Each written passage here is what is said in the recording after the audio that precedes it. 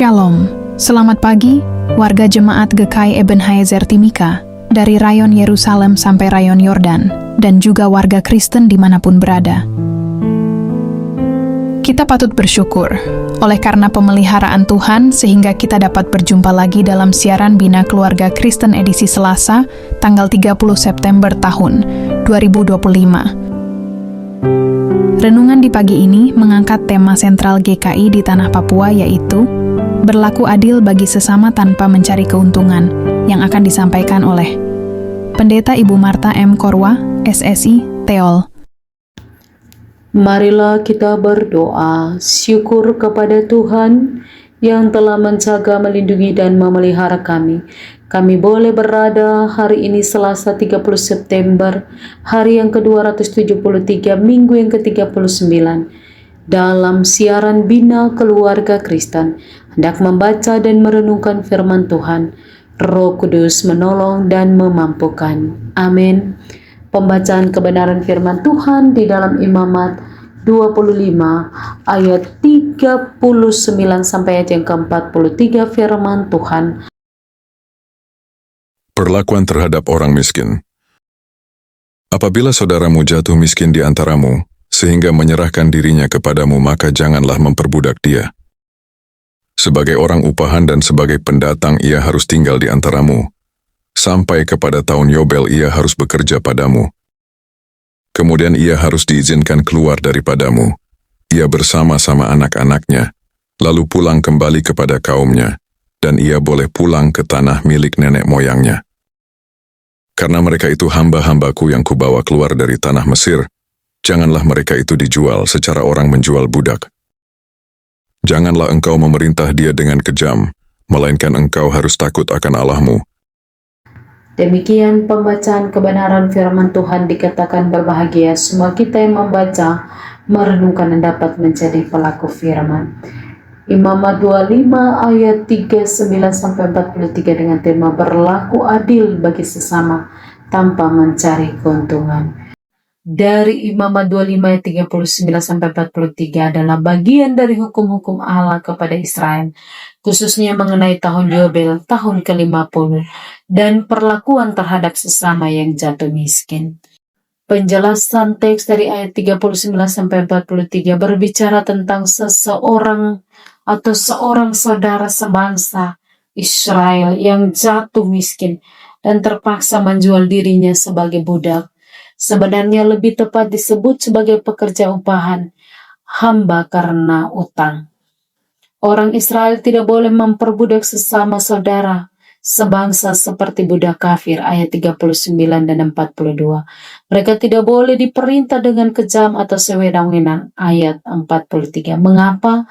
Sebab semua orang Israel adalah hamba Allah yang telah dibebaskannya dari perbudakan di Mesir. Allah adalah pemilik mutlak atas mereka, sehingga mereka tidak ada manusia yang berhak memiliki atau memperbudak sesamanya secara permanen. Berlaku adil bagi sesama tanpa mencari keuntungan sewenang-wenang adalah manifestasi dari pengakuan bahwa Allah adalah pemilik dan pembebas sejati, serta wujud penghormatan terhadap martabat manusia.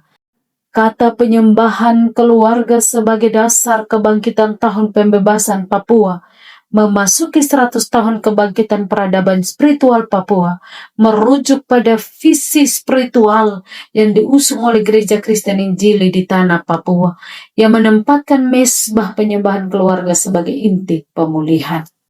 Persekutuan pendengar siaran Bina Keluarga Kristen yang diberkati oleh Tuhan. Semua orang Israel adalah hamba Allah yang telah dibebaskannya dari perbudakan di Mesir. Allah adalah pemilik mutlak atas mereka, sehingga tidak ada manusia yang berhak memiliki atau memperbudak sesamanya secara permanen.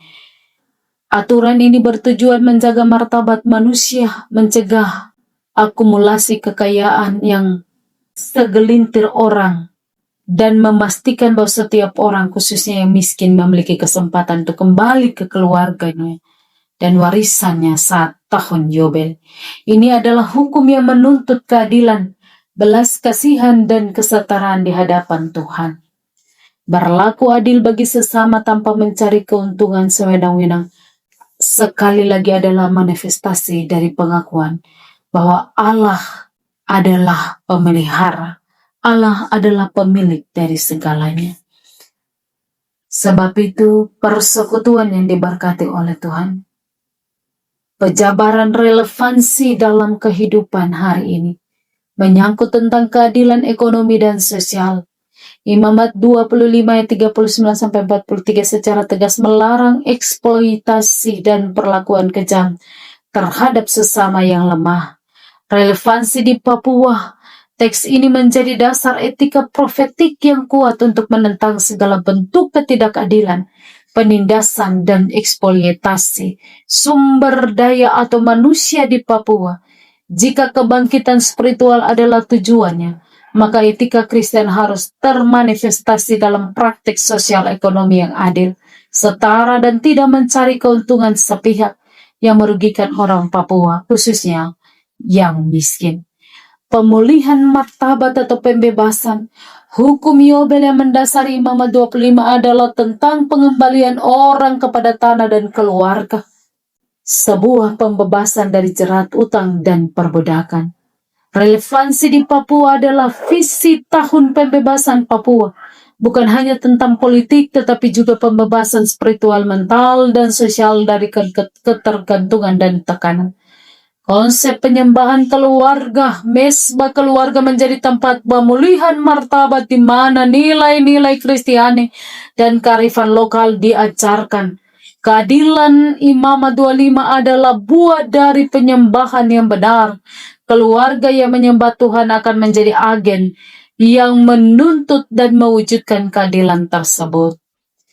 Keluarga sebagai fondasi peradaban, Imamat 25 menekankan agar orang miskin dapat hidup bersamamu dan kembali ke pemilikan atau warisan keluarga. Ini menunjukkan pentingnya mempertahankan unit keluarga dan kepemilikan atau warisan. Relevansi di Papua dalam konteks ini, penyembahan keluarga menjadi sekolah pertama yang wariskan bukan hanya iman tetapi juga etika sosial. Imamat 25. Keluarga yang bersekutu dengan Tuhan akan menghasilkan anak-anak yang berintegritas dan menolak eksploitasi, sehingga mampu membangun peradaban spiritual Papua yang mandiri, berkeadilan, dan menghargai martabat sesama. Singkatnya, Imamat 25 ayat 39-43 memberikan kerangka etika sosial, keadilan tanpa eksploitasi, yang harus menjadi manifestasi konkret dari kebangkitan spiritual yang dimulai dari penyembahan keluarga di Papua. Keadilan kepada Tuhan harus menghasilkan keadilan kepada sesama. Tuhan menolong dan memampukan. Amin. Tuhan Yesus memberkati persekutuan jemaat GKI Ebenezer, tetapi juga pendengar siaran dimanapun berada. Ketika firman Tuhan dinyatakan, maka memohon Tuhan menolong dan memampukan. Baik persekutuan jemaat GKI Ebenezer maupun pendengar siaran Bina Keluarga Kristen. Memberkati kami dalam mengakhiri bulan ini, mempersiapkan diri kami untuk memasuki bulan baru dalam karya dan kemurahan Tuhan. Ampuni salah dan dosa kami. Biarlah kami menjadi pribadi-pribadi yang terus mau menjadi pribadi yang menyembah Tuhan dalam roh dan kebenaran. Bapa kami dalam kerajaan sorga, inilah doa dan pengharapan kami. Biarlah seluruh aktivitas kami di hari ini dipimpin, dijaga, dipelihara oleh Tuhan. Di dalam nama Tuhan Yesus Kristus kami telah berdoa dan bersyukur. Amin. Demikianlah renungan firman Tuhan yang telah kita dengar di pagi ini. Kiranya Tuhan Yesus Kristus akan menyempurnakan firman-Nya bagi kita dan memberikan kita kekuatan dan menyertai kita dalam aktivitas dan kerja kita di hari ini. Tuhan Yesus memberkati. Shalom.